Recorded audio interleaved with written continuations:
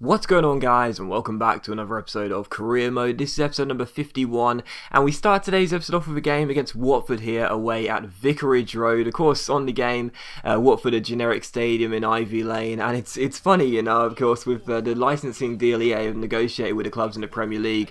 All 20 clubs from the Premier League in the 2014-15 season have a real stadium, obviously.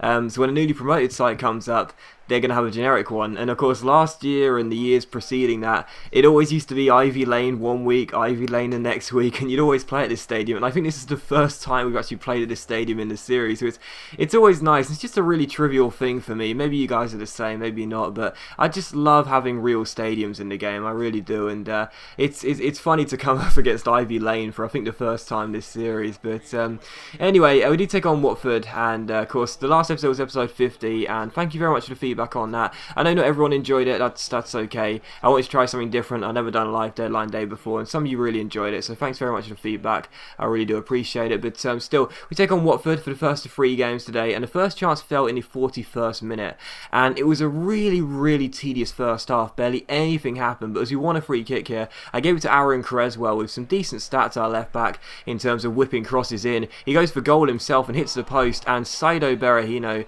gets his first goal since returning into the first 11 since injury, and makes it 1-0 to us in what was such a drab first half. Nothing happening. Creswell's free kick hitting the post, Gomez dived, was all out of position, and Berahino stole in. I thought at first he was going to put the ball over there, but thankfully he didn't miss the open goal, and he made it 1-0 to West Brom. So his 9th goal of the season. Just think how many more he'd have if he didn't have 2 months out injured. He gets his 9th goal though, and it's 1-0 to West Brom. And in the 45th minute on the stroke of half-time, we're passing the ball around. We pick out Jordan Henderson here on his debut for the club since arriving on deadline day from Liverpool. And what a way to start your West Bromwich Albion career. What a way to start your debut as well. In the 45th minute, Jordan Henderson just runs clear, just outpaces every Watford player, and ends up smashing the ball past Aurelio Gomez and into the back of the net to make it 2-0 to West Brom. So very nice goal by Henderson. And again, I said it before, the reason I love him is because he's got those high work rates, very high stamina, such a good player to have in the centre of the park. And as he makes it 2-0 to West Brom here, it's been a fantastic first half for us. We pull out the bag late on in the first half to score 2 goals.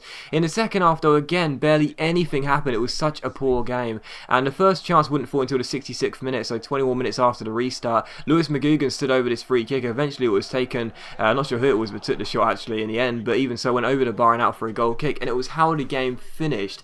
A 2-0 victory, and don't get me wrong, I'm pleased to get the win. I mean, Watford haven't done as poorly as I would have thought this season. They're sitting in 15th place, above the relegation zone, so good for a newly promoted side.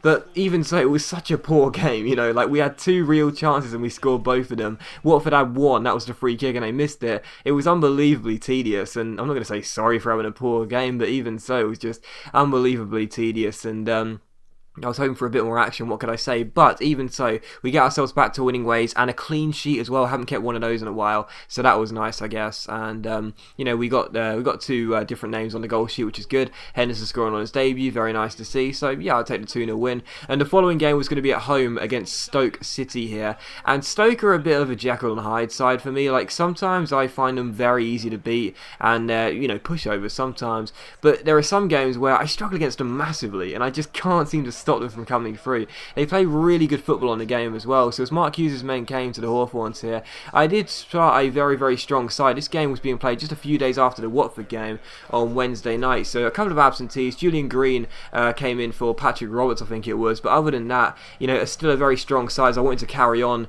and keep the 3-point streak going as we beat Watford in the last game here. But Stoke's side obviously very good, some very decent players, defensively very strong, and of course Bojan, Dennis, and former West Brom player in Peter and Wingy as a front 3 would be very hard to stop. And the first chance would fall to Stoke as they cross the ball in from this corner here. We get the header away with Henderson, I think it was, and Peters picks out Steve Sidwell, who plays the ball inside towards Jermaine Dennis, and unfortunately for us, Stoke take the lead with just quarter of an hour on the clock, and that's really poor. I mean, when you clear a corner, you got to make sure that everyone pushes up, no one plays anyone onside, but as Sidwell played the ball forward there was like 2 or possibly even 3 players in our side, keeping Dennis onside, who had a free shot on goal, and he wasn't going to miss. So So West Brom 0, Stoke 1. Odin Wingy almost scored a screamer in the 36th minute against his former club here, or one of his former clubs, as his free kick hit the bar, and we managed to get the ball away. So still 1-0 and could have easily been 2. In the 45th minute though, Julian Green's on the ball and picks out Jordan Henderson, looking to follow on his debut with a good performance here, and he almost got an assist as he played a great ball into Saido Berahino,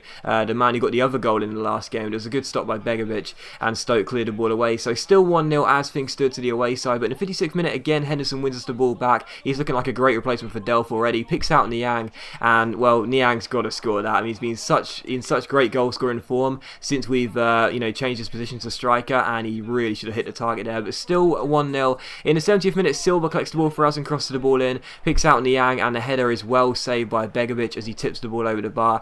And it was still 1-0 to the away side, and we just couldn't seem to get ourselves the equalising goal here. But a few minutes later, Begovic eventually stands over the goalkeeper and kicks it forward as we switch to an attacking style of play. Julian Green wins the header against Juve, but as it comes to Nzonzi, he plays it forward towards Juve. It's a great challenge by Malumbu. Nastasic finds Green. Good chance on the break here as he picks out Berahino. He's got Niang ahead of him. Anichebe ahead of him. He picks him out. Then back to Berahino. One-on-one with the goalkeeper. It's a good save by Begovic, but Victor Anichebe, who literally just came off the bench, gets there at the far post, the first man on the rebound, and puts it in from a tight angle into the open goal and makes it 1-1. So Anichebe literally just came off the bench, as you saw in the top left there, finished the chance and made it 1-1. So Anichebe scores so many goals since coming on as a sub. He's a great impact sub, makes it 1-1, and we're back on level terms. In the 84th minute, Niang finds Wellington Silva here, and as we go down the left hand side, it's a great chance for a break. Stoker pushed way too many bodies forward here. Silva cuts inside, Wilson with a Berber spin, gives it to Berahino, Berahino to Julian Green, and waiting for Danny Ings at the far post to get on side. He does so, and the former Burnley striker smashes the ball into the top corner with 4.5 minutes to go and makes it 2-1 to West Bromwich Albion. And in the top left as well, you can see when Anichebe came on, he scored a few seconds after coming on, and Danny Ings scores from coming off the bench as well. Both those strikers came on at the same time, and Ings and Anichebe, both players, came off the bench to score us what would surely be the winning goals. In the 90th minute though, as Stoke came forward, we tried to clear the ball away, and well, sometimes you do things on FIFA and you wonder why on earth the player did that, because that's not what you wanted.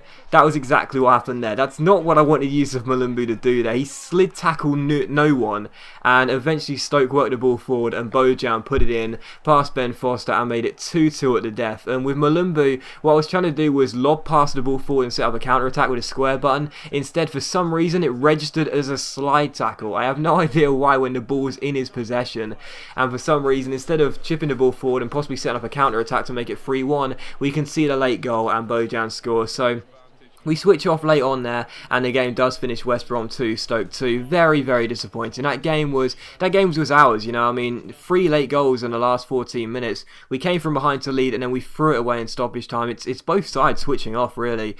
But even so, it's disappointing to know that, it was my mistake. I always take the blame. It was my mistake. I should have just pressed circle and hoofed it, or pressed X maybe to try and pass it forward. But instead I went for the lob pass, and for some reason the game registered it as a slide tackle. I got no idea why. But anyway, it's a draw, and we'll just have to take it. And the following game was going to be at the Hawthorns again on the weekend against Spurs here. So 3 games in the space of a week. And as we take on Spurs, they are currently leading the league table at the moment. They're on top of the table with 32 in terms of goal difference. Fantastic record for them, as they've got 49 points. Same as Chelsea, but they are in front on goal difference. And of course, their goal difference, we sort of helped their great record after we got battered 5-0 at White Hart Lane. So even so, Spurs do come, and we were going to be fearful of that as well. We had that in the back of our minds, knowing that we got beat so heavily against Spurs at White Hart Lane. So far, the worst defeat of the series as well. Biggest defeat of the series too. We knew it would be a difficult game for us. And Spurs, well, you can see why they're top of the table. Even though they've sold Doumbia, they've still got a very, very strong side. And Dos Santos, their former player, is not a bad replacement either, as he's been banging in the goals in Spain. So very, very good side Spurs have. You can see why they're top of the table. And the first chance would fall to the lads from London in the 9th minute. Ben Davies squeezes the ball through to Aaron Lennon, and his shot was well saved by Foster, and we cleared the ball away. And a side note as well, Lennon was the player I was thinking about in the last episode. If if you watched that, I said there was a player I was trying to sign on a pre-contract, but I couldn't remember who it was to find him. It was Aaron Lennon, so that mystery was solved in this game. I remembered who it was, but still, in the 40th minute, Patrick Roberts came through down the right-hand side here. He outpaced Aaron Lennon, crossed the ball in, picked out Danny Ings at the far post, but he couldn't make it 2-2. His header was saved by the French goalkeeper Lloris, and it was still 0-0. And on the stroke of half-time, Spurs come forward. Dos Santos found Paulinho into Dembele. The Belgians link up as he finds Chadli, and Chadli then finds Dos Santos. Dos Santos into the Brazilian Paulinho, who hits the bar, and we managed to get the ball away. So still 0-0 as things stood here. We went into the break, still scoreless, and as things stood, I was going to take this result, but in the 57th minute, as Niang goes down the left-hand side, he outpaces Kyle Walker, which isn't easy to do. Berber spins around him as well, gets himself inside. The tackle's made, but it's given away by Spurs. Niang collects and shoots, but Lloris makes the save and keeps it at 0-0 as we ticked on to the hour mark. So still scoreless here. And in the 73rd minute, Claudio Jacob, the Argentine, finds Kevin Savanier. Our scout future star off the bench, crossfields it to Carl Jenkinson, into Roberts. Roberts turns Ben Davies, crosses the ball in. Anichebe has a free header, but it's a brilliant save by Lloris, and Spurs clear the ball away. So what a fantastic stop by the goalkeeper there, as I thought we were surely going to score and take the lead, but it was still 0-0. And in the 83rd minute, Lewis Holtby gets on the ball for Spurs. He plays it inside towards Adebayor, then Paulinho to Holtby. Wonderful passing by Spurs as they create a chance here. Dembele collects it. Really good opportunity. Back heels to Chadli. Chadli finds Paulinho, and with just under 8 minutes to go, just under 7 minutes to go, it is Paulinho who wraps off a wonderful goal. Absolutely fantastic movement by Spurs, and Paulinho smashes the ball past Ben Foster and makes it 1-0. So Spurs grabbed themselves what will surely be the winning goal. A fantastic finish by Paulinho, but thankfully it wouldn't be the winning goal because we did indeed score a stoppage time equaliser through Victor Anichebe, who gets his second in 2 games. Very good header, out jumps the man in the centre and puts it past Lloris. And again, it's switching off. This time it's the opponent switching off in stoppage time. Poor marking in the centre. Great header by Anichebe, out jumping 2 Spurs defenders in the end and making it 1-1. So final score 1-1, and I'll take the draw against a very strong Spurs side. 2 draws in a row, obviously both at home as well. Not great, but this Spurs side are top of the table. They have been the best side in the league, so you've got to take the draw, and that's now 3 games unbeaten. So as always, guys, a big thank you for watching the video. I really hope you have enjoyed it. If you have enjoyed the episode, then please leave a like, and I'll see you for the next episode of Career Mode very soon.